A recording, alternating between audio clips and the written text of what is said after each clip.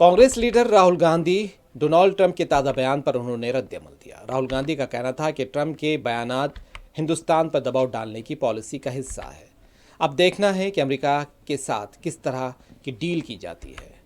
America के सदर Donald Trump की जंगबंदी और टैरिफ महसूलात से मुतालिक बयान पर लोकसभा में कायद अपोजिशन और कांग्रेस के रुकने पार्लियामेंट राहुल गांधी ने पूछा कि ट्रंप ये सब क्यों कर रहे हैं, क्योंकि वो अपनी तिजारती डील चाहते हैं।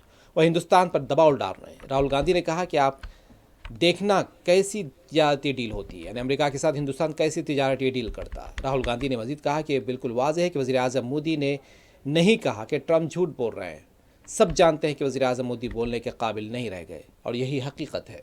अगर वज़ीर आज़म मोदी ट्रंप को जवाब देंगे तो डोनाल्ड ट्रंप सब कुछ खोल देंगे और पूरी हकीकत सामने आ जाएगी। उनका कहना था कि वज़ीर आज़म मोदी कुछ भी बोलने के काबिल नहीं रह गए हैं। नहीं, क्योंकि सच्चाई है ना।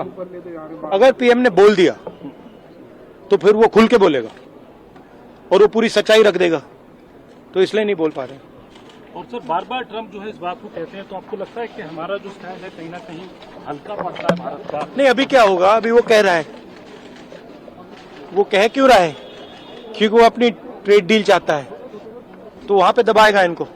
आप देखना कैसी ट्रेड डील बनती है।